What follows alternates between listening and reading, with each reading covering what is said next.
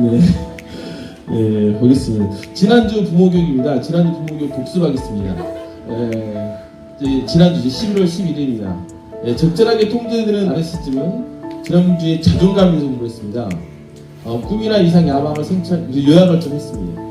그렇지 않고 무턱대고 강화된 상상적 나르시즘은 자신에게 커다란 자질을 안겨주거나 아니면 이런 것들을 보상받기 위해 타인에게 치열한 복종적 심리나 반대로 공격적 심리로 발휘되기 쉽습니다. 지난번 자존감이 뭔지를 알았죠. 너는 무조건 잘한다.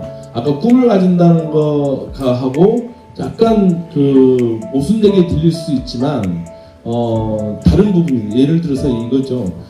청소년기에 자아 정체성을 확립해야 된다고 했을 때 이 자아 정체성은 내가 무엇을 할 수 있고 무엇을 할 수 없느냐를 아는 것이 자아 정체성이에요. 그런데 너는 무조건 좋아, 너는 무조건 잘할 거야 했을 때 결과가 어떻게 나오냐면 무턱대고 자존감을 강화하는 것보다는 자기와 자기의 관계를 잘 맺는 일이 중요합니다. 다시 말하면 다른 사람과 자기 관계가 아니라 자기와 자기의 관계를 맺는 게 잘 중요하고요. 그래야만 진정한 자기의 모습을 볼 수 있습니다. 자기 능력은 그렇지 않은데 과대하게 포장되어서는 안 됩니다. 할 수 없음을 아는 것도 아주 중요합니다. 예를 들어서 우리 카페에 할 수 없음이라고 키워드를 분석해보면 예전에 우리 이현정 박사님이 올려놓으신 글이 있어요. 그게 되게 일단 봐도 괜찮겠습니다.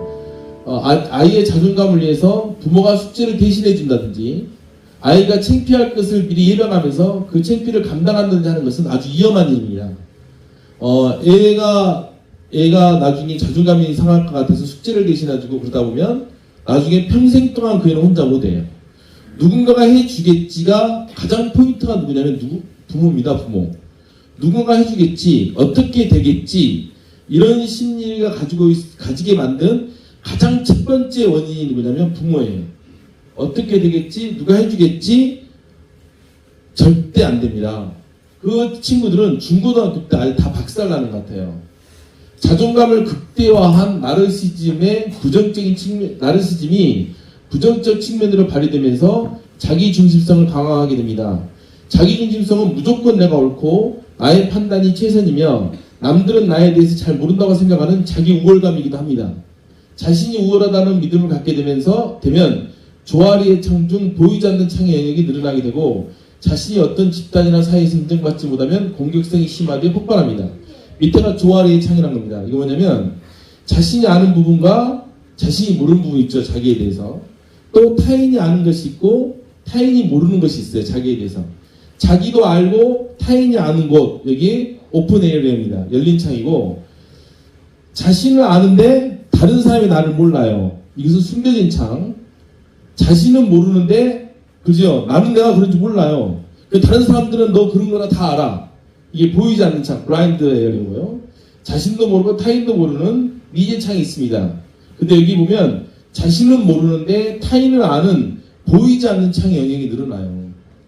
그래서 우리 잘 알잖아요. 지만 몰라요. 다른 사람은 그 사람이 어떤지 다 알아요. 이게 조아리의 창에 보이지 않는 창의 영역입니다.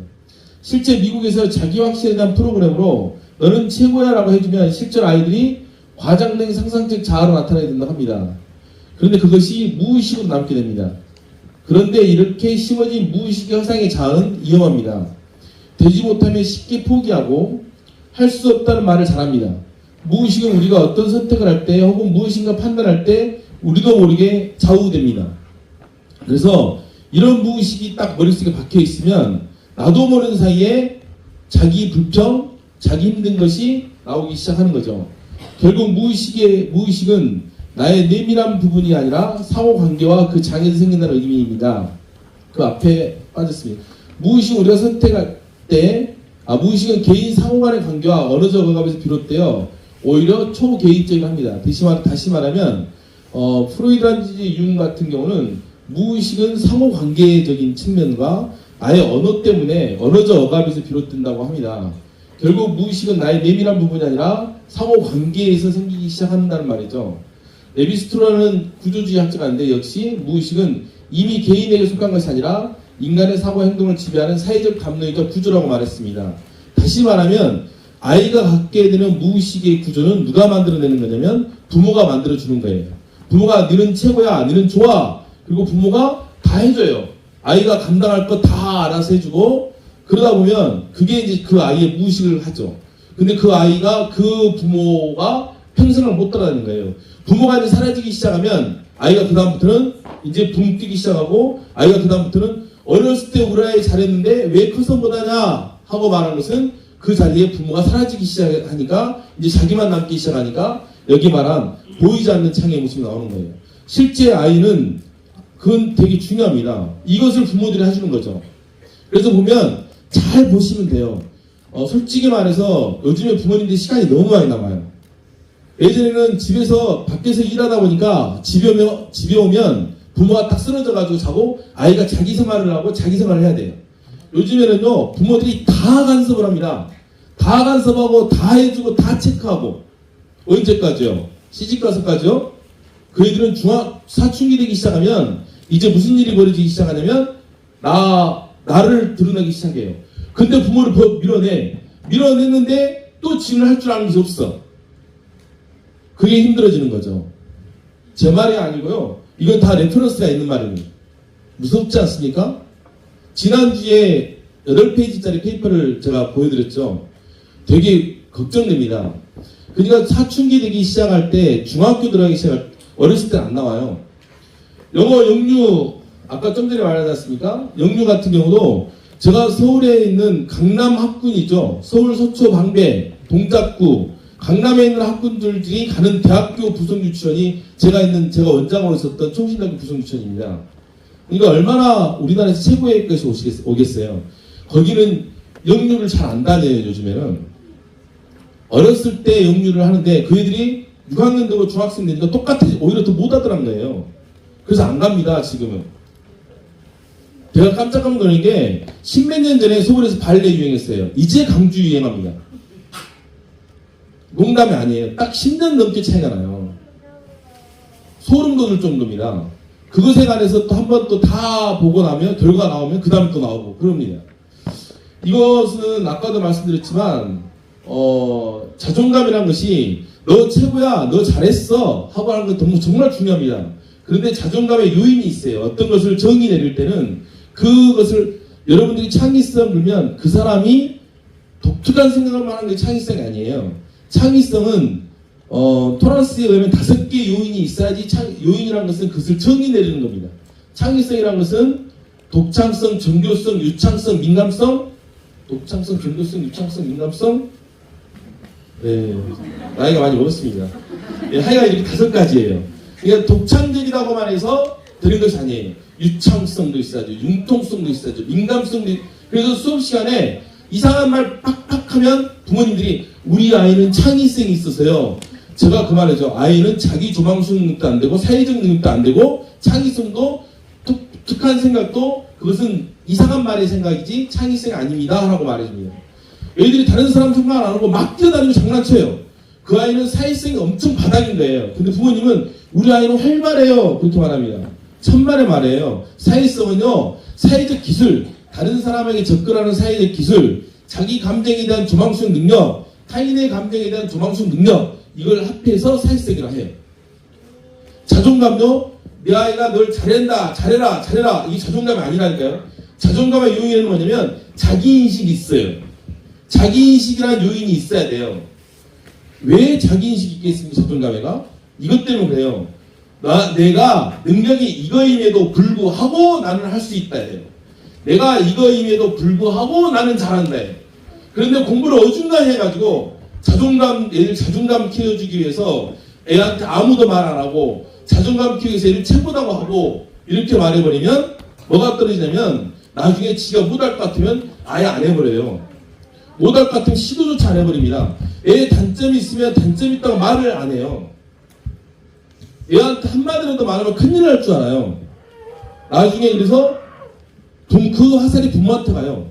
지금은 괜찮아요. 지금은 아무런 문제가 없어요. 어린애들한테는. 그런데 사춘기 되기 시작하면 자기가 드러나기 시작하거든요. 그럴 때 무너지기 시작합니다.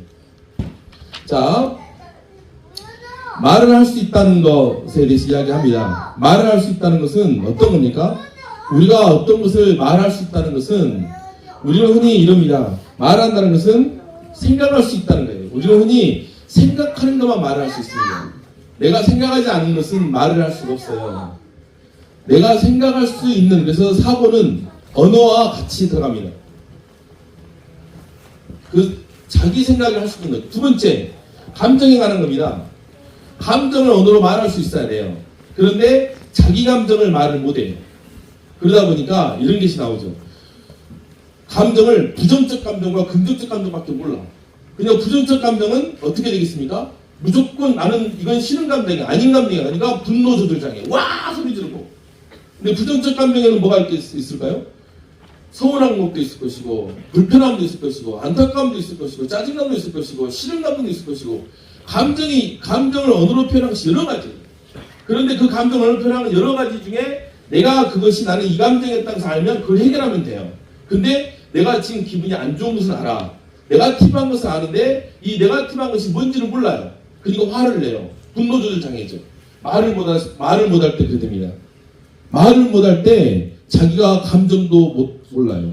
언어화가 되지 못해요. 자기 감정에 대해서. 말을 못하면 사고가 안 돼요. 생각이 안 되는 거예요. 무섭죠? 말을 할 수 있다는 것은 이렇게 중요한 겁니다. 근데 이 말을 할 수 있다는 거, 영어 우리 대표님이 이렇게 나가신다고 해서 시원하게 지금 하고 있는데 계셔가지고 실은 한국어가 안 되면 절대 안 돼요. 말할 수 없다는 것은. 내가 언어화 시킬 수 없다는 것은. 멀쩡한 아이들을 갖다가 다문화 아이를 만들어버린 겁니다. 우리나라에서 다문화 가정의 가장 큰 문제점이 요즘에 이제 애들이 컸죠. 문제가 뭐냐면 학업을 못 따라가요. 내가 머더통이 아니기 때문에 외국에 유학 가거나 그런 아이들이 성공할 수 있는 확률이 거의 없어요. 학업이 안 따라가져요. 우리나라에서도 글쓰기가 안 되는데 외국 가서 영어를 배워가 영어를 글쓰기 어떻게 해요? 저도 교수이면서도 영어로 논문을 써도 제일 힘든 게 영어 논문 쓰는 거예요. 영어 논문 한번 쓰지 않습니까? 쓰면 가서 번역원에 갖다가 맡기고 그걸 다시 해석을 해요. 한 4번을 바꿔야지. 그리고 학회지 내면요. 또 아주 창피하게 영어 문법 틀렸다고 그게 와요. 저한테. 한국에서 바꿨는데도. 그런데 그 애들이 외국 가서 공부를 해요. 안 되는 거죠. 제일 중요한 것은 우리나라 말도 제대로 안 돼 있으면서 외국 가서 말할 수 없다는 거죠. 우리나라 말 언어 능력이 안 되면 영어가 안 돼요. 책 읽기와 같이 병행이 되지 않으면 안 되는 거죠. 일상에서 너 감정에 대해서 언어화시키지 못하면 안 돼요. 말이 안 돼요. 말이 안 되는 것은 화를 내버려요. 지가 표현해서, 그래서 우리 이현정 박사님 요즘에 어떤 모 학생한테는 무조건 물어봐요. 말을 못해요. 언어가 안 되고 버리기 때문에 폭발하는 거예요. 지 자신을 표현하지 못하는 거예요. 언어가 안 되니까 머리에 생각이 안 되는 거예요. 되게 중요합니다. 그래서 말을 하거나 할 때도 이렇게 말하죠. 잘 보세요. 말할 때 어떻게 합니까? 차일교육 프로그램에 참여하고 싶습니다. 결론을 말하고 거기에 대해서 블라블라블라블라 말하는 게 제일 좋죠. 그런데 블라블라블라블라 하고 말하고 나면 도대체 저놈이 무슨 말 하고 있는지 싹 들어봐요. 그러다 보면 이미 듣는 사람이 자기 해석대로 듣다가 결론이 다른 말이면 이게 뭔지 나옵니다. 그래서 말을 하거나 할 때는 먼저 결론을 말하고 블라블라블라에게 말하는 거예요. 이게 대학에서 수능 보거나 입시를 하거나 할 때 걔한테 질문을 해보면 걔가 무슨 말인지를 면접까지 알아보아야 될 거 아니에요. 알아볼 때 이야기를 물어보면 이미 나와버려요. 쟤는 공부를 잘할래나 못할래나 바로 나와요. 딱 물어보면 결론을 말하고 결론에 근거한 전제를 말할 수 있어야 돼요. 그렇게 말하지 않으면 면접 가지고 대학 학생들 뽑을 때 그냥 뽑아지지 않습니다. 바로 나와요, 그것이. 애가 언어 구조가 되어 있는지, 말을 할 수 있는지 없는지. 말하는 건 되게 중요해요. 그래서 초등학교 때 가르쳐요. 어떻게 가르칩니까? 네, 무엇입니다. 왜냐하면, 둘러. 이게 기본이에요, 기본. 그게 안 돼요, 그게. 일상에서 언어를 쓸 때도 그렇잖아요. 어렵게 쓸 때도. 계속 말을 해. 근데 도대체 결론이 어디 나오는지 몰라요. 어디에서 끝날지 몰라. 그리고 말을 해가지고 나는 이제 말을 하니까 다른 해석을 하고 있는데 그거 아니래. 한쪽 방향으로 들으면 그쪽 방향으로 내가 해석을 하면서 듣잖아요. 이야기를 할 때. 말을 할 수 있는 것은 큰 능력이에요. 이 말할 수 있는 것은 글쓰기도 들어가요. 글을 잘 쓰는 사람들은 읽을 때 생산자가 되기 때문에 글을 읽을 때 글을 읽는 것이 무조건 수동적 작업이 아니에요. 글은요 굉장히 능동적이고 적극적인 거예요. 글을 못 쓴 사람은 글을 읽을 수가 없어요. 글을 써본 사람은, 여기에서 선배들은 소설을 썼잖아요. 소설을 쓰면서 지네들이 어디에서 재밌는 일을 해야 되고 어디 갈등 요소를 넣어야 되는데 그 순간을 고민을 했던 거예요. 그리고 글을 써봤기 때문에 나중에 자기가 소설을 읽을 때가 딱 되면 아, 이 사람은 이때 이런 결론을 냈구나, 이때 이런 걸 냈구나 하고 생산자가 되어보면 소비자는 금방 하는 거예요. 되게 무섭죠? 말을 할 수 있지 않으면 안 돼요. 한나 선생님, 영어 교육은 지금 어떻게 우리나라에서 펼쳐지는가 봐볼게요. 원래 19세기 이전이에요. 1890년, 1930년대 문법 번역식 영어 교육이었어요. 이게 제 말이 아니라 레퍼런스예요. 레퍼런스에 있는 겁니다. 이때는요, 전부 다 영어로 번역하고 문법했어요. 여러분들은 안타깝지만, 여러분들은 1980년대에 살고 90년대에 살았지만, 언제 그걸 가지고 있냐면, 100년 전의 교육 방법 갖고 있어요. 문법 번역식 교수법을 가지고 공부를 하신 게 여러분들이세요. 그 다음, 1940년에서 1950년. 이건 제가 아니라 미국에서 영어 학습이 어떻게 되고 있는가, 제외해서. 이때는요, 행동주의 심리학이 등장하기 시작합니다. 구조주의가 등장하기 시작해요. 행동주의 심리학은 뭐냐면, 아시잖아요. 파블로프의 개, 스키너 조작적 사고, 이런 것이 행동주의예요. 이때는 어떻게 했습니까? 무조건 반복되고 연습인 거예요. 그래서 스키너 상자는 이거예요. 비둘기가 가가지고 콕콕 집어봤는데 우연찮게 나왔어요. 그러면 그것을 가지고 계속 쫓는다. 그래서 연습과 반복 강화가 가장 중요한 행동주의에서 포인트예요. 연습, 반복, 강화. 여기 행동주의입니다. 이게 40년에서 50년이에요. 단 하루에 100개씩 외우고 50개씩 외우고. 지금 봉송동에서 이거 하고 있잖아요. 무조건 외워요. 무조건 외워. 반복적으로. 이거 언제 겁니까? 여러분들이 태어나기도 전이에요. 제가 태어나기도 전이고. 이 방법을 하고 있어요. 아주 미개한 방법입니다. 구조주의 언어관에서 이거죠. 언어를 부분합으로 봐요. 그래서 단어 하나하나 알고 1형식, 2형식, 3형식, 4형식 알면 영어를 할 줄 안다고 생각을 해요. 다 구조로 끊습니다. 우리 아까 대표님 말씀하셨던 맨투맨 세대에 제가 성문 종합영어 세대 되게 재밌었던 것이 제가 봉순동에서 초등학교 선생하고 있는데 제가 초등학교 선생을 했을 때 어떤 일이 있냐면 애들이 성문 종합영어를 하고 있는 거예요. 근데 더 웃긴 것은 뭐냐면 그 당시에 티피컬이라는 단어가 있었어요. 너 티피컬이 무슨 뜻인지 알아? 티피컬이 전형이다 이 말이에요. 보편적이다, 전형이다 이 말 티피컬이라는 단어를 쓰거든요. 전형이다. 전형 알겠습니다. 전형. 너는 여자의 전형이다. Woman is a typical passive. woman은 전형적인 수동적인 것이다. 여성 비하가 아닙니다. 예시가 된다고 말이지. 그렇게 거기서 typical이라는 용어가 있어요. 쓸 수 있어요. 그렇게. 근데 그 typical이 전형이다. 그 누가 알겠어요? 전형이란 말 알아요? 전형? 어른들도 몰라요. 어른들도. 근데 여기서 외우고 있는 거예요. 걔들이 성적이 안 나오다니까. 그래서 봉순동에 한 반에 한 명의 영어 1등 나올까 말까 한다고 해요. 그렇게 몇 년씩 공부하고 잠을 안 자고 공부를 해도요. 무섭죠? 안 무섭습니까? 저는 소름 돋더라고요. 저는 솔직히 그게 싫어서 저는 내 아이를 대안학교 왔습니다. 공부 잘할 줄은 모르고 왔어요. 공부시키러 온 거 아니었어요.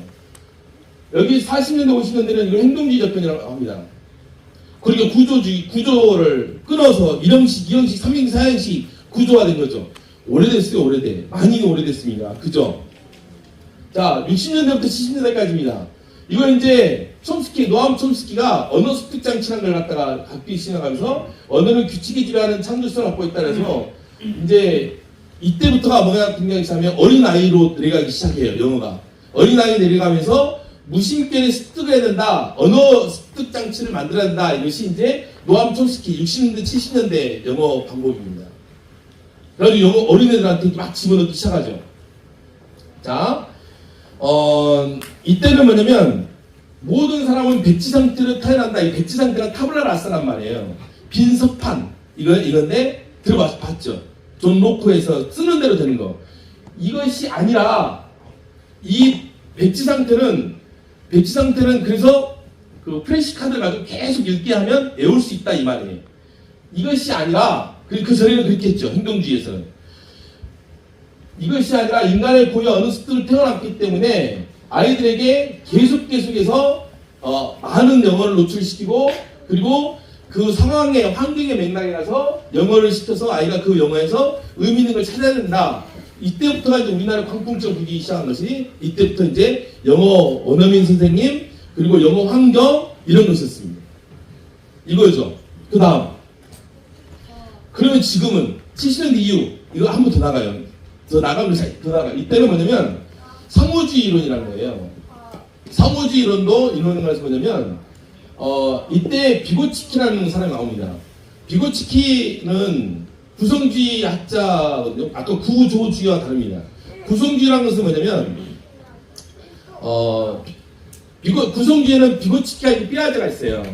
다시 말하면 삐아제 이론에서 나온 것이 스키마 이론이라는 겁니다. 스키마 이론은 내가 단어를 내가 이 정도의 구조를 알고 예를 가장 쉬운 것은 고양이가 다리가 4개면 고양이 다리가 4개면 고양이라고 알고 있는 거예요. 그러면 개를 갖다 놔도 고양이, 사자를 갖다 놔도 고양이 이런 거죠. 이 구성주의가 지금 교육 패러다임이에요. 개를 갖다 놔도 고양이, 사자를 갖다 놔도 고양이, 다리가 4개면 개라고 하죠. 근데 이것이 분화되면서 얼룩무늬가 있으면 고양이 아니면 개하고 지적 구조가 인지 구조가 그걸 스키마라고 합니다. 그게 분화되기 시작해요. 그래서 우리가 그 사람을 똑똑하다고 말하는 것은 인지 구조가 복잡한 것을 똑똑하다고 표현해요. 다시 말하면 이 시기에는 뭐가 있었냐면 굉장히 많은 언어적인 그 지식을 갖고 있어야 된다 그 말이에요. 굉장히 많은 언어적인 것이 습득돼야 된다 그 말이죠.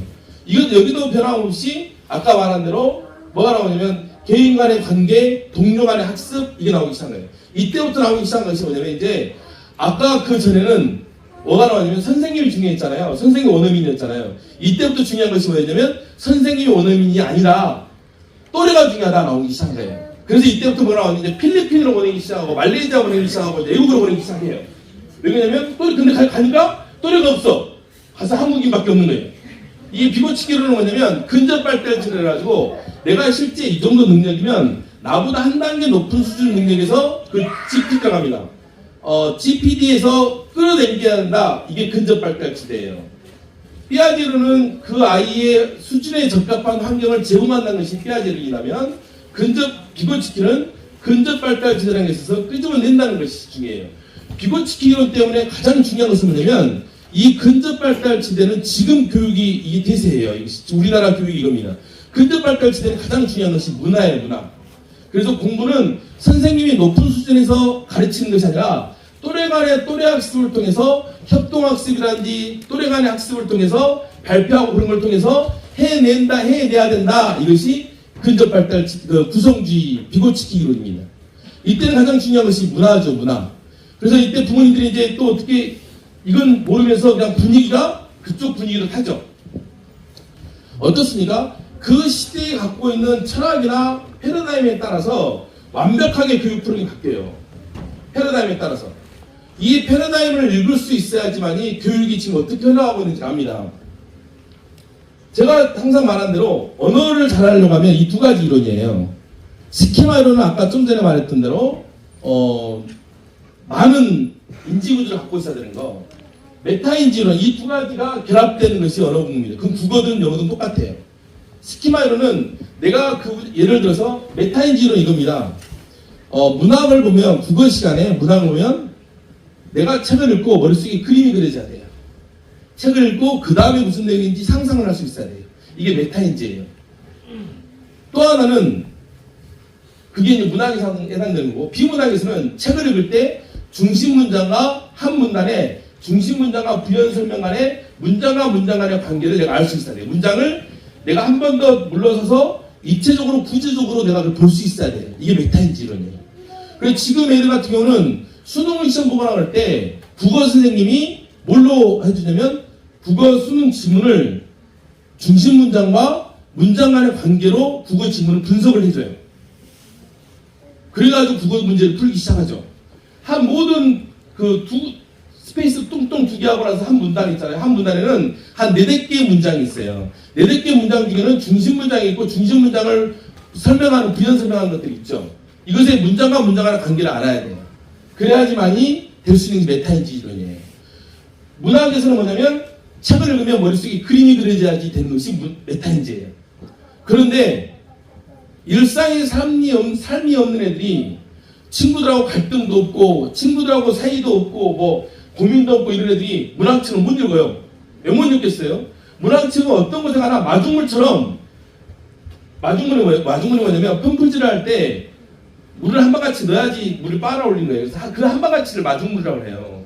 근데 일상에 삶이 없는 애들이 일상에서 삶이 있어야지 문학층이 늘어질 거 아니에요. 친구들하고 갈등도 해보고 어떤 선생님하고 갈등도 해보고 뭐 그 고민도 해보고 이런 고민이 없어요. 학원만 다녀야 되니까. 그러니까 뭐가 되면 문학층이 안 읽어지는 거예요.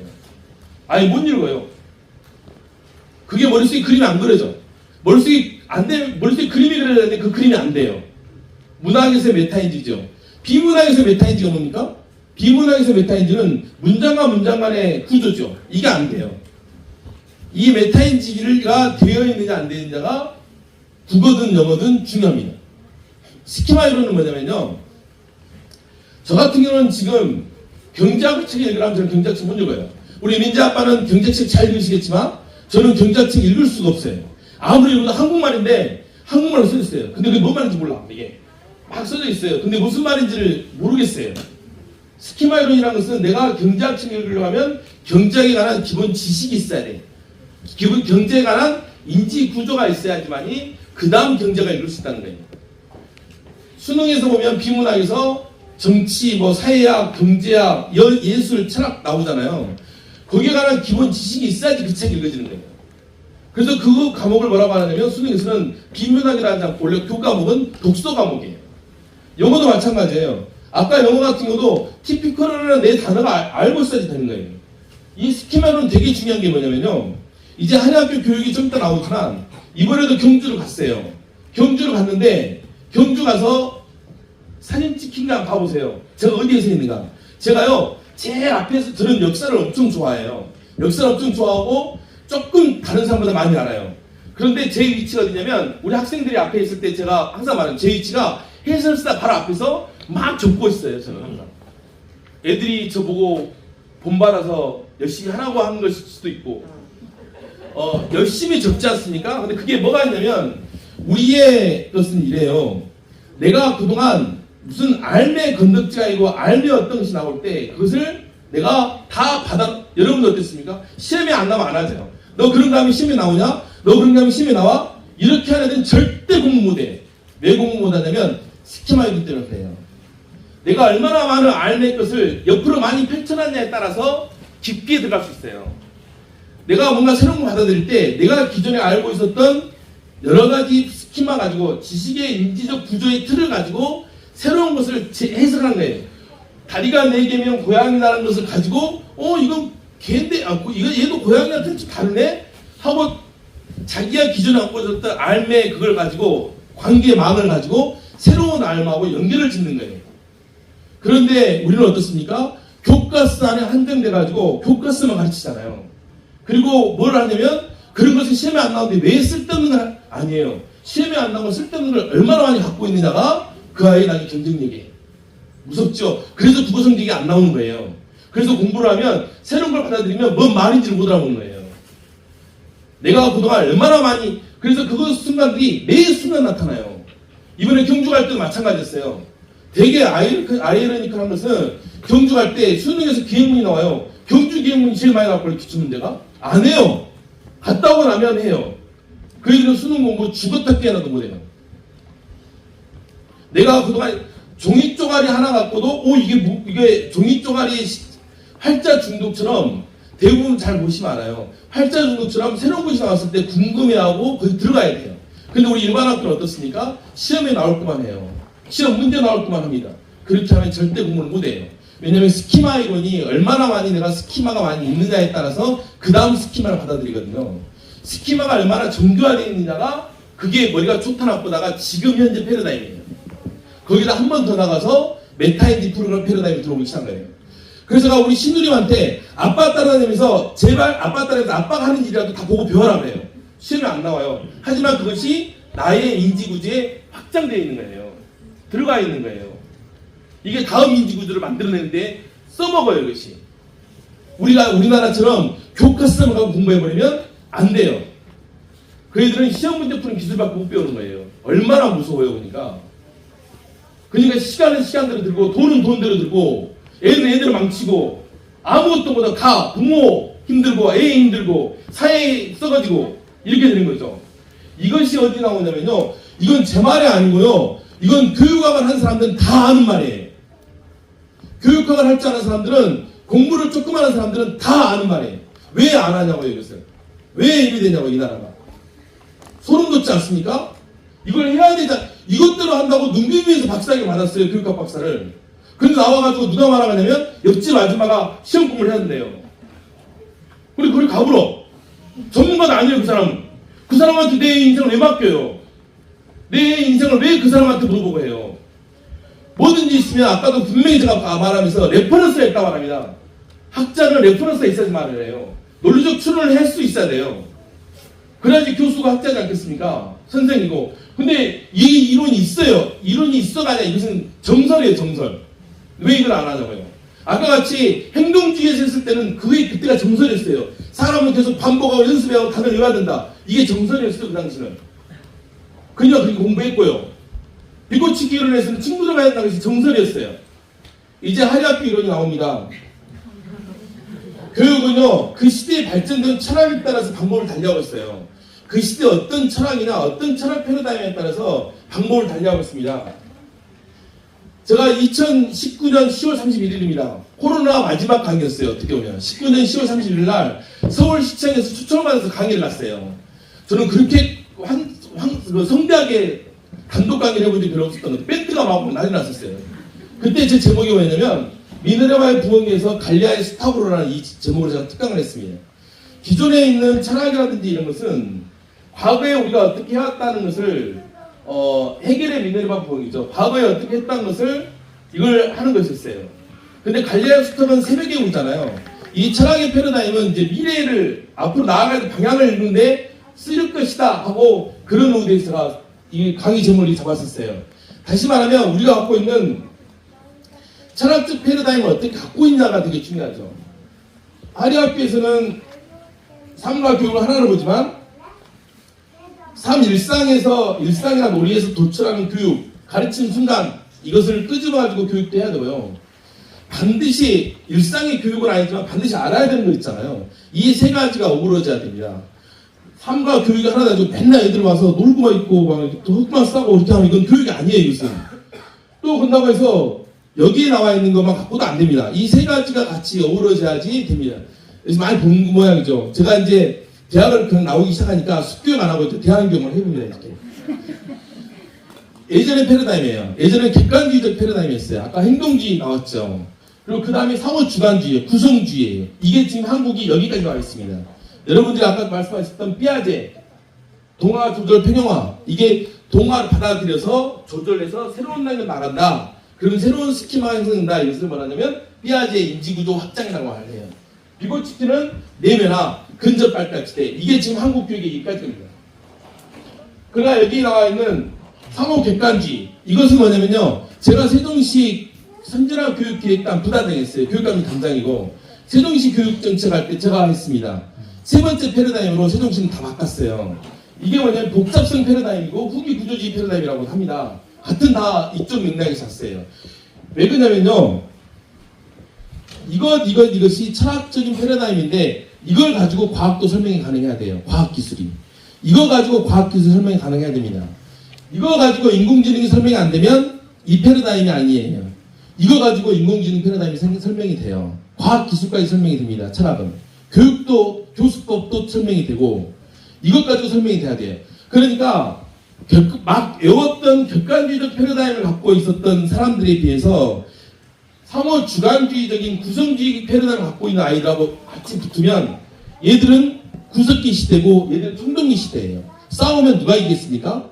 100% 애들 표현으로 100% 얘들이 이겨요. 얘들은 총동기 시대니까. 얘들하고 싸우면 누가 이기겠습니까? 100% 얘들이 이겨요. 패러다임은 엄청나게 다릅니다. 패러다임의 승리이기 때문에.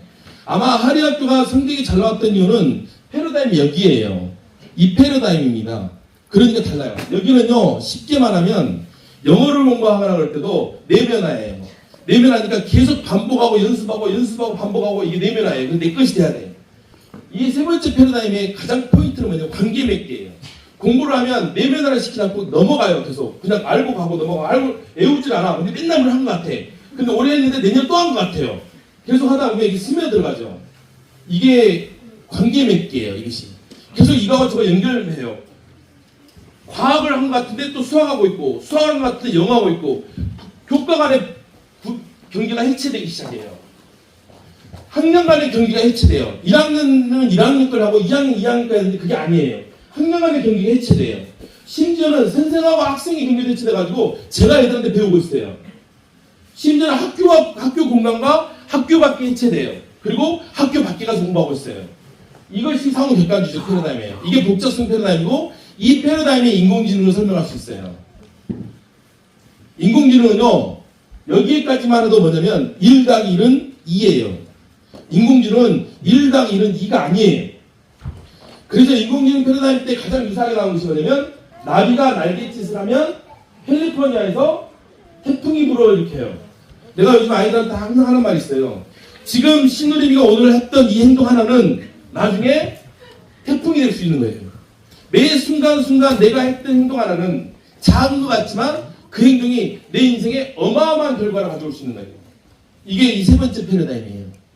되게 무섭기도 하고, 이게 지금 인공지능을 설명할 수 있는 패러다임이에요. 내용이 많아서 예전에 한번 했었기 때문에 이게 카오스라든지 이것을 설명하는 겁니다. 과거에는 그래서 인풋이 있으면 결과로 아웃풋이었어요. 배움은 뭐냐면요, 가르침의 결과였어요. 그러나 지금의 패러다임은 그렇지 않아요.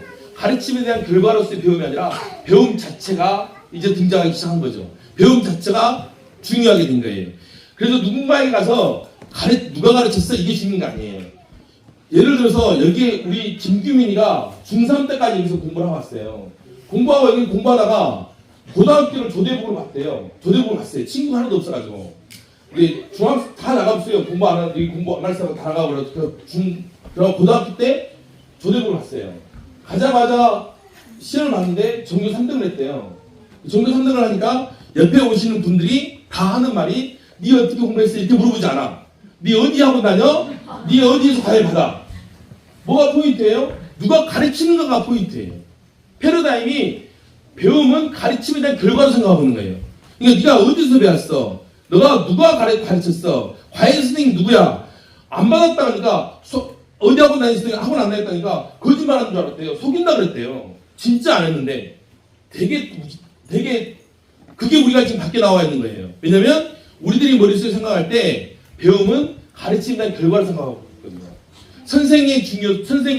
그래서 선생이 뭘 가르치면 그걸 배웠다 생각해요. 그게 아니에요. 이 패러다임에서는 아예 달라지죠. 이론이 깊기 때문에 다음에 하겠습니다. 이거 하겠습니다. 그래서 발달은요, 내가 투입한 시간과 양에 따라서 발달이 이루어지는 것이 아닙니다. 내가 영어 공부를 10시간 하면 10시간만큼의 단어도 늘고 있으니까 실력이 늘어야 되잖아요. 15시간 하면 15시간만큼의 실력이 늘어야 되잖아요. 이게 아니라니까요. 발달은 아무래도 똑같아. 아무래도 이 수준이야. 10시간 해도 이 수준, 20시간 해도 이 수준 이래요. 그러다가 갑자기 어느 순간 팍 커져요. 그러면 이것이, 나 찍어서 그랬는데, 찍어서 그랬겠지, 실수였어요. 아니, 그 다음날 시험은 또 그래. 우리가 호철이한테 물어보니 호철이가 저 많이 찍었는데 그 점수가 나왔어요. 이렇게 말하길래, 아니야, 이거야. 그랬어요. 집에서도 그래요. 실제 사람은 갑자기 변해요. 내가 강의 많이 하잖아요. 남편도 갑자기 쓰레기만 뒤로 가요. 잘못해서 그런 것이 아니라니까요.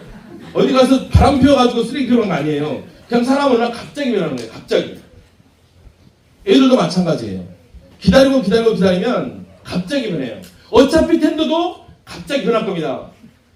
아무도 안 웃어주시고. 영어가 그래요. 계속 하다 보면 어느 날 들려요. 저는 미군 무대에서 근무를 했어요. 거기는 OJT라 해가지고 온더 잡 트레이닝이 있어요. 용산에서는 근무했는데요. 용산 통신병이었습니다. 이렇게 와가지고 한 5개월, 6개월을 TV만 보고 있어요. 지금은, 그때는 AFK는 했었죠.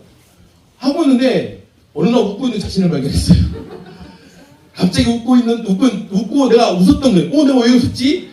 그렇게 생각하면서 걔들하고 한번 말이 튈 때 갑자기 팍 튀는 경험을 했어요. 되게 특이하죠, 그것이. 예, 영어는 그래요. 공부도 그렇습니다. 철학 같은 경우도 책을 얘들은 안 읽어져요. 못 읽어요. 그런데 어느 날 갑자기 팍 읽어져요. 저는 실은 선생님들이 되게 이제 다음 학기가 지금 계획되고 있는데 학생이 얼마나 엄청나게 많이 올 줄 알고 선생님들이랑 다 이렇게 했는데 그 계획을 하고 있는데 선생님들이 솔직히 이렇습니다. 뭐냐면 박사학위 따기가 엄청 어렵습니다. 아마 우리나라에서 박사학위 따기 어려운 그 지도교수 중에 제가 한 명일 겁니다. 우리 이현정 박사님이 계시지만 엄청 많이 우셨대요. 나한테 이제 요즘에서 말을 해주세요. 울었다고. 이를 갈면서 이야기합니다. 그런데 그 한 번 넘어가 본 사람들 있잖아요. 그 경지를 넘어가 본 사람들. 그 경험을 한번 해본 사람들. 그 논문을 써서 거기 한번 올라가 봤던 사람들은 그 다음 이게 그 경지 같아요. 한번 올라가 봤던 사람들은 그 다음에 또 올라갈 수 있어요. 아이들은 끊임없이 이 경지들이 있는 것 같아요. 한번 쭉 하다가 그 고비들이 있어요. 고비가 있을 때 에너지가 팍 올라가고 또 쭉 가다 보면 또 에너지가 팍 올라가고 이 고비들을 얼마나 많이 넘어서느냐에 따라서 예를 들어서 박사학위 받을 때 생리가 빠지는 고통을 받습니다. 저는 뜨레쥬르 빵을 안 먹어요. 지금도 논문 주제로 광명시 광명역 뜨레쥬르에서 봤는데요. 교수님이 뜨레쥬르 빵 던져버리고 거기 던져버리고 서울 조선호텔 가서 논문 주고 왔는데요. 논문 뿌려가지고 외국인들에서 눈에 눈물을 먹으면서 논문을 주고 그랬어요. 저보고 멍청이 바보다고 그랬습니다. 그런데 제일 존경하신 분이긴 합니다. 우리 지도 교수님이. 그런데 그걸 넘어가면 또 그 다음 것이 있거든요. 그게 넘어가면 이게 되게 중요한 것 같아요. 이런 것들은 뭐든지 다 하나씩 고비가 있고 고비가 있습니다. 그냥 공풍선처럼 커지지 않습니다. 가죽주머니처럼 빵빵빵 있다가 이제 뻥 터져요. 어렸을 때는 마음껏 놀게 하다가 이제 올라갈 때도 올라가야 되죠. 그래서 하리학교는 10세가 그 나이입니다. 10세가. 그래서 10세한테 다른 말 안 하고 10세란 말을 붙여줘요. 그리고 그 다음에 초등학교 5학년, 6학년 올라갈 때 이때 이런 것이 있어요. 애들이 확 바뀌어요. 확. 이런 것이 있습니다. 아이들도요. 이건 제 논문에 나온 겁니다. 논문에 나온 책에 나온 건데요. 지금 하리학교 다니는 아이들을 검사한 거예요. 이 검사지는 뭘 쓰느냐. 우리나라에서 육아정책연구소라고 국가연구소가 있습니다. 거기는 소장님이 차관급이에요. 근데 거기에서 제가 만든 검사 도구를 10년째 패널 데이터를 쓰고 있습니다. 그 검사 도구를 만든 건데요. 애들이 보면 4세에서 5세까지 다 좋은데 또래 관계만 안 좋은 애들이 있어요. 이 아이는 학업은 다 잘해요. 부모가 열심히 시켰겠죠. 그런데 선생님과 관계도 안 좋고 생활도 별로 안 좋아요. 이 아이는. 그런 아이들이 이제 갑자기 좋아지는 경우가 나옵니다. 보면 아시겠지만 이게 보시면 아시겠지만 7세 어떤 아이들은 7세에서 8세까지 똑같아요. 그러다가 만 8세면 초등학교 2학년 3학년이에요. 이때 갑자기 좋아져요. 여기도 보세요. 만 6세 7세까지 갑자기 팍 좋아집니다. 아이들은. 그러니까 부모님들이 생각할 때는 그냥 아이가 스만하게 그냥 쑥 좋아질 것 같잖아요. 아니에요. 계속 말씀 드리다가 어느 날 갑자기 확 좋아집니다. 그 나이는 다 똑같지 않아요. 어떨 때는 6살, 어떨 때는 7살, 어떨 때는 8살 그래요. 여러분들 아시잖아요. 키도 그러죠. 키도 어떨 때는 6학년 때 갑자기 큰 사람이 있고 중학교 때 큰 사람도 있잖아요. 애들도 그렇습니다. 영어도 그렇고 아이들 삶도 그래요. 갑자기 확 좋아집니다. 우리 성우 좋아진 거 보세요. 저렇게 열심히 수업 듣고 있고 이뻐 죽겠습니다. 자 보겠습니다. 그래서 보면 아까 이게 계속 복잡성 이론입니다. 다음에 시간 있을 때 복잡성 이론에 대해서는 공부를 같이 한번 해보겠습니다.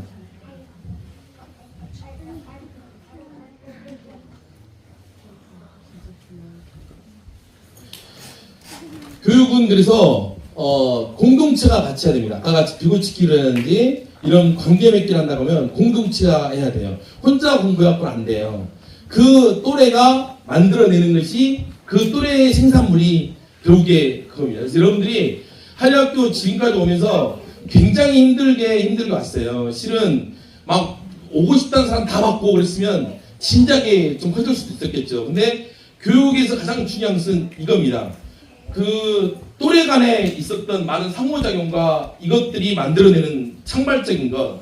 아이들을 잘 보시면 알아요. 뭐가 있냐면 유리하고 구기하고 우지하고 이야기하는 걸 보면 유리가 우지한테 내가 태어났을 때 이만했대 하고 지 손을 이렇게 펴니다. 구미치가 엄마 손일 건데 그러면서 자기 집에 있던 이야기를 다 해요. 저는요, 부모님들은 모르시지만 저는 부모님들 가정사를 거의 다 알고 있어요. 이야기하고 있으면 그걸 또 딴 애가 니 그냥 하면서 우리 집도 이랬다고 하면서 막 서로 이야기합니다. 근데 그게 책 몇 개 읽었었던 것에 보다 몇 개 읽었던 것에 어휘력보다 더 많은 어휘력이 나와요.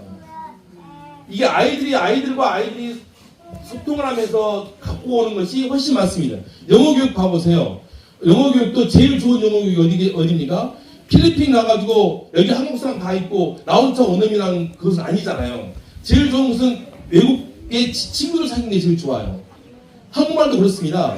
아이가 언어 발달을 하려고 하면 가장 좋은 것은 친구들하고 언어 소통을 해야 돼요. 책 읽는 것보다 더 좋습니다. 사회성 발달하려고 하면 친구들하고 사회성 발달해야 돼요. 논리적 사고기를 하면 친구들하고 말싸움에서 이겨야 돼요. 2단계가 어렸을 때. 그런데 이제 우리 나이 돼가지고 언어 수준 길어야 되니까 친구들하고 말을 해서 된다고. 그건 아니에요. 저 나이가 되면 이제 자기 삶보다 세계로 나가야 되니까 이때부터 책을 읽고 바뀔 걸 해야 되죠. 근데 어린 시기는 가장 중요한 것이 또래와 그 문화예요. 그것을 얼마나 많이 유년기에 갖고 있었느냐가 그 아이가 나중에 커서 중등학교, 고등학교에 가서 다른 거죠. 이것에 관한 겁니다.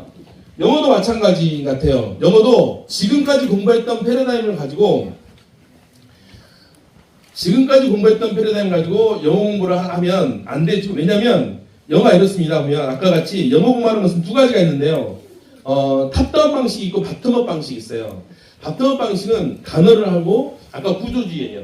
단어하고 스트럭처하고 이형식 이형식하고 그 다음에 패러그램하고 그 다음 책을 읽어요. 밑에서부터 위로 가는 거. 그러나 탑다운 방식은 책을 읽고 그 다음 패러그램을 하고 그 다음에 이제 문장하고 단어를 제일 마지막에 해요. 이게 위에서 아래로 내려가는 방식이에요. 그런데 밑에서부터 구조주의로 위로 올라가는 방식은 단어를 많이 알아야 되겠죠. 단어를 알아야지 끊을 수 있으니까 단어를 모르면 안 돼요. 그것은. 그래서 공부동에서 어쩔 수 없이 200개, 300개씩 외우는 거예요. 우리 대표님 말씀하셨지만 값이 많아요. 초등학교 1학년, 2학년 되면 바로 문법 시작해요. 오히려 유치원까지는 프로그램이 있어요. 유치원까지는. 초등학교 1학년, 2학년 되면 프로그램이 있으니까 다 문법을 해요. 영유를 아무리 다녀도 5학년, 6학년 되니까 똑같더라 하고 임소원에 소문 나버렸어. 그래가지고 안 가요, 거기를. 어차피 문법 하더라. 어렸을 때 이렇게 하지 이렇게 가버려요. 그런데 문제가 뭐냐면 문법을 하고 그렇게 돼버리면 내신 내서 선생님들이 여전히 맨투맨을 하시는 선생님들이기 때문에 그걸 내요. 하지만 수능에서는 절대 안 나와요. 어법이 하나 안 되고 또 아주 쉬운 어법만 나와요. 이만한 큰 장문을 해설할 수 있어야 돼요. 빠른 속도 읽어낼 수 있어야 돼요. 이 읽어내는 속도가 어마어마하게 빨라야 돼요. 그 안에서 문장 끊고 있는 순간 걔는 끝나요. 영어가. 쑥 읽으면 알아야 돼요. 그것에 관한 고민이에요. 그것에 관한 거. 그렇게 하려고 하면 위에서 책을 읽으면서 내려와야 돼요. 이것이 뭐냐면 해석을 하면 안 돼요. 이게 홀레미드 학습이에요. 차일드가 좋은 점은 뭐냐면 그냥 차일드는 이겁니다. 눈속임이 많아요. 어떤 눈속임이 많냐면 얘가 영어 공부하는 것이 아니에요. 저 우리 애들한테 영어 수업 안 하면 맨날 지금 무슨 수업 하지? 그러면 수학이요 그래요. 영어 수업이거든요. 근데 수학한다고 해요. 애들은 수학한다고 계속 수학을 하고 있어요. 수학을 하는데 듣기로는 영어가 들어져요. 근데 영어가 목표가 되어버리면 짜증나죠. 또 못하는 애들도 나 영어 못하는데 그래요. 아는 것이 하나도 없어. 그런데 수학이 목표인 애들은 알거든요. 지금 렉탱글, 트라이앵글 다 알아요. 서클 다 아니까 걔는 지금 수학 공부를 하고 있는 거예요. 그러니까 모르는 애들도 그 수업 시간에는 도태가 안 돼요. 근데 뒤에서 배경으로 이야기하고 있는 것은 엄청나게 영어가 풀 센텐스로 어렵게 나와요. 그래서 그 수업을 중학생 가서 들을 수 있어요. 이게 달라요. 영어를 갖다 영어한다고 달라드는 순간 망쳐요. 그러니까 눈속임 같은 것 같아요. 느끼는 거. 애들이 좋게 꼬시는 것 같아요. 이것에 관한 좋은 점은 뭐냐면 진도가 아까 말씀드린 대로 사회과학까지 전부 다 고등학교까지 가 있어요. 그것이. 내가 공부하다가 더 궁금한 거 있으면 거기를 찾아볼 수 있어요. 선배들 같은 경우는 자기들끼리 학습 모형을 해요. 아마 우리 대표님이 잘 모르셔서 그런지 하리학교에서 차일드를 쓰면 아마 전국적으로 대박이 날 거예요. 이 시스템들 하면. 근데 정확하게 매뉴얼을 만들 수 없어가지고 우리가 문화이기 때문에 여기는 그렇게 되어 있어요. 애들이 그렇게 공부를 해요. 번호를 다 해가지고 지금 프로젝트 나가면 그 프로젝트에 해당된 번호를 다 찾아요. 어디 간다면 무조건 찾아요. 찾아가지고 그걸로 영어를 싹 세팅을 해요. 영어도. 한국말로 세팅하고. 지금 저기 중학생 말고요. 예. 중학생들은 경주 가는데 한국말로도 안 해요. 한국말로도. 네. 많이 뉘우쳤으면 싶습니다. 자, 아까 말씀드린 대로 그 영어 공부는 그렇게 위에서 아래로 합니다. 교육은요 전문가가 있어요, 실은. 그러니까 박사도 있죠. 제가 지난번에 여기 레스토랑 가서 밥을 먹는데 아이가 말을 잘 못하는 것 같아요. 6살짜리가. 요즘에 하루에 내가 이현장 목사님 이틀은 내가 학교를 이제 그만하려고요. 나가서 제가 전단지를 뿌리러 가려고요. 그래가지고 그 수학교 가서 전단지 아침부터 계속 뿌리고 있으려고요. 그래가지고 보면 오랜만이 아니라 그렇게 하면 그 동네 부모님이 미안해서라도 이제 듣고 오겠죠. 싹 뿌리려고 해서. 근데 거기 밥을 먹고 있는데 피자집에 밥을 먹고 있는데 아이가 말을 잘 못하는 거예요. 그래서 말을 언어가 좀 늦은 것 같아요. 그러니까 부모님이 그 아이에게 이렇게 하는 거예요. 그 엄마가 피자 먹고 싶어요. 피자 먹고 싶어요. 이렇게 해봐 그러는 거예요. 근데 옆에 남편분이 하지마 그러니까 아니야 어느 칠 선생님 보고 이렇게 하랬단 말이야. 그래서 계속 그러는 거예요. 막 속에서 막 부글부글 끓어요. 그렇게 가르치면 큰일 나요. 어떻게 가르치냐면 피자 먹고 싶어요. 피자 먹고 싶어요. 이렇게 가르쳐야 돼요. 무슨 말이냐면 피자 먹고 싶어요. 하나씩 끊어서 가르치면 안 된다고요. 그게 문자로 공부하는 거예요. 그냥 지금 뭐냐면 유리북이 우제 같은 경우는 그냥 말해요. 글자도 못 읽어. 잘난 척 그렇게 하면서. 근데 억양만 알아요. 억양만. 아빠 밥 먹어. 이렇게 하잖아요. 이렇게 해야 돼요. 영어를. 그런데 어떻게 가르쳐버리냐면 한인스하고 문자로 가르치면 아빠 밥 먹어. 걔 언어치를 도망가야 돼요. 그건 선생님이 잘못한 거예요. 그건 완전 죄예요. 죄. 나쁜 언어치를 싫어요. 그것은. 공부 선생님이 공부 안 하는 것은 죄악이에요. 죄악. 그런데 아예 아이들을 베린 거잖아요. 그것은. 아빠 밥 먹어. 이렇게 하면 먹어. 이렇게 해야 돼요. 이렇게 해야지 얘가 언어가 늘어요. 근데 그것을 아빠 밥 먹어. 이렇게 해요. 그 애는 아픈 아이니까 그러지만 걱정되는 것은 영어도 우리 애들이 그렇게 하고 있다는 거예요. 영어도 한 단 한 단씩 끊어서 하고 있어요. 절대 그렇게 공부하면 문자를 먼저 갖고 와버리면 공부가 그리 돼요. 그렇게 하면 안 돼요. 그냥 해야 돼요. 아까 우리 대표님 말씀하셨잖아요. 배려하는 영어. 진짜 위험한 거예요. 배려하는 영어. 그 아이 배려한다고 피자 먹어라. 아니라니까요. 피자 먹어. 피자 먹어. 그냥 이렇게 하는 거예요. 그러면서 피자 먹어. 그냥 이렇게 언어를 해요. 애들은 그렇게 배우려고 해요. 그 누가 가르쳐 버리냐면 언어치료 선생님하고 부모님이 잘난 척하면서 이쁘게 보이면서 피자 먹어 그러고 있어요. 정말 피자를 때려보고 싶더라고요. 그날은. 안 돼요. 절대. 큰일 나요. 큰일 나. 그러니까 부모님들께서 교육은요 정확하게 방법이 있어요. 레퍼런스가 있고. 그러니까 아닌 것은 아니에요. 그렇게 하면 백날을 공부해도 성적이 안 나고 아이들 불행하고 집안 가정 불안하고 난리가 나요. 그리고 또 있습니다. 아까 자존감을 잠깐 이야기했지만요. 네 너무 잘한다 너무 잘한다고 아이 정도를 몰라요. 아이한테 너무 잘한다 말을 해주면 안 돼요. 너 천재야. 근데 지천재라는 걸 아닌 것을 금방 알아요. 애들은. 금방 알아요. 그러고 나서 그 다음부터 안 해버려요. 그래서 지금 학교 현장에 가면 공부를 완전히 잘하거나 완전히 못하는 애들만 남아있어요. 가운데가 없어요. 왜냐면 그 가운데가 없을 때 어떤 패러다임이 나왔냐면요. 우리 교육학에서는 자존감, 자존감, 자효능감 이런 것이 막 나와요. 셀프 익시sten시, 셀프 이스팀 이 말이 교육학에서 완전히 나왔어요. 너는 최고야, 너는 최고야 이런 거 할 수 있어. 그러다 보니까 부모가 선생님한테 막 대들어 불잖아요. 막 이상하게 부르고 애한테 무조건 잘한다고, 애가 상처받으면 그런다고. 근데 그 애가 한 6학년 되면 지금 못하는 거 바로 알아요. 바로 알지요. 지도 못하는데. 그래가지고 그 다음부터 안 해버려요. 그냥 우리나라가 성적이 가운데가 없는 거예요. 자아 정체성이라는 것은 자기 능력을 아는 거예요. 나 이거 못해. 못하면 조금 좀 나가면 되는 거야. 이걸 아는 순간 영어가 중간 단위 두고 있는 거예요. 지금 학교 현장 여기 소연이 어머니한테 여기 물어보세요. 고등학교 선생님이시니까 중간 단계가 없어요. 성적이 중간이 없어요. 잘하거나 못하거나. 심각해요. 아이한테 그것은 교육 패러다임이 지금 그렇게 망쳐놓은 거예요. 지금. 그걸 잘 보셔서 교육은 전문가가 있어요. 그러니까 꼭 여러분들이 뭘 하거나 할 때도 여러분들이 요즘에 프로시머라고 하잖아요. 소비자가 옆집 아줌마 말 듣지 말아요. 왜 옆집 아줌마 말을 듣고 그 아줌마가 여러분들의 인생 책임질 거예요. 나 몰랐어. 그럼 끝나요. 그러지 말고 뭐가 있으면 네이버도 찾아보고 책도 좀 찾아보고 그리고 판단을 여러분이 하는 거예요. 그리고 항상 말하지만 레퍼런스가 있어야 돼요. 잘 축적되어 있는 학문이라는 게 있잖아요. 어디와 옆에 있는 아줌마 말을 들어요. 죄송합니다. 옆에 있는 아줌마 말 듣고 지금 읽어오신 분들 많으실 건데. 네, 여기서 마치도록 하겠습니다.